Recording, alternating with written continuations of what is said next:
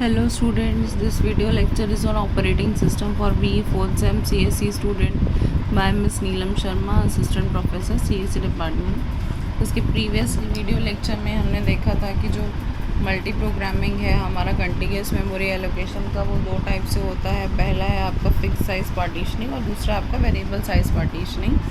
तो जो fixed size partitioning है उसमें जो मेमोरी के ब्लॉक्स हैं वो फिक्स्ड रहते हैं, उसको हम चेंज नहीं कर सकते और उनकी वजह से जो हमको दिक्कत आती है उसको बोलते हैं हम इंटरनल फ्रैगमेंटेशन, जिसको हम यूज़ नहीं कर सकते। इसके पिछले वीडियो में मैंने आपको एग्जांपल भी समझाया था तीनों एल्गोरिथम का यूज़ करके। इस वीडियो लेक्चर में हम पढ़ने वाले हैं variable size partitioning of multi programming.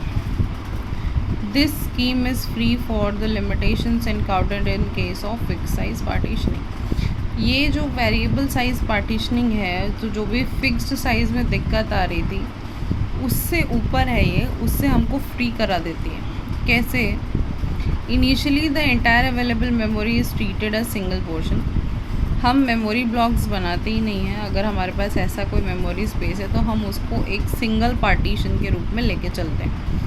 The incoming programs requesting memory allocation are queued up। जो भी इनकमिंग प्रोग्राम्स हैं मेमोरी एलोकेशन के लिए हमारे पास जो रिक्वेस्ट आ रही है हम उसको क्यू कर देते हैं। A waiting program is loaded only when a free partition big enough to fit the program। कोई भी वेटिंग प्रोग्राम को मेमोरी तभी एलोकेट की जाती है जब उतनी खाली मेमोरी स्पेस हमारे पास अवेलेबल हो। When a program is loaded, it allocated a space exactly equal to its size. The balance unoccupied space in the allocated partition is treated as another free partition।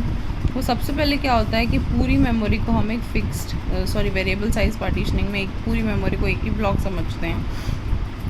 फिर जो भी requesting programme है, अगर उसको कोई memory block चाहिए और हमारे पास अवेलेबल है तो हम उस पर्टिकुलर, जैसे कि किसी को 40K चाहिए तो P1 को हमने 40K दे दिया।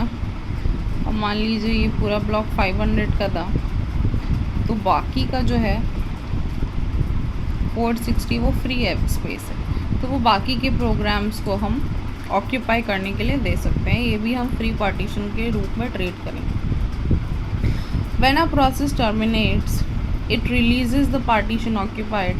If the released partition is contiguous to another free partition, then both the partition are clubbed together into single free partition। जब P1 का काम हो गया तो वो क्या करेगा, ये मेमोरी स्पेस को फ्री कर देगा। तो ये 40K और ये 460K दोनों क्योंकि कंटिग्यूस हैं, तो इन दोनों को मर्ज अप करके हम वापस से क्या बना देंगे, 500। When a free partition is too small to accommodate any program, it is called external fragmentation।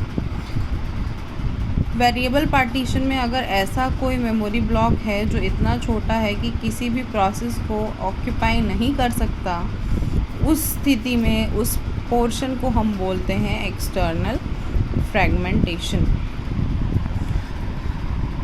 जिसको मेमोरी लॉस्ट भी कह सकते हैं।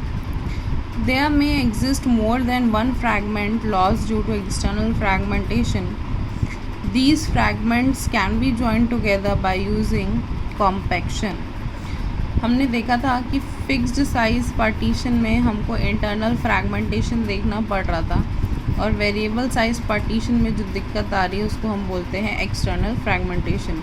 इस एक्सटर्नल फ्रैगमेंटेशन का कुछ हद तक सॉल्यूशन कॉम्पैक्शन भी हो सकता है। Space retrieved by compaction may form a partition big enough to accommodate some waiting programs। अगर छोटे छोटे प्रोग्राम्स को हम मर्ज कर दें तो हो सकता है कि वो इतना बड़ा ब्लॉक बन जाए कि किसी वेटिंग प्रोग्राम को वो अकोमोडेट कर सके। ठीक है।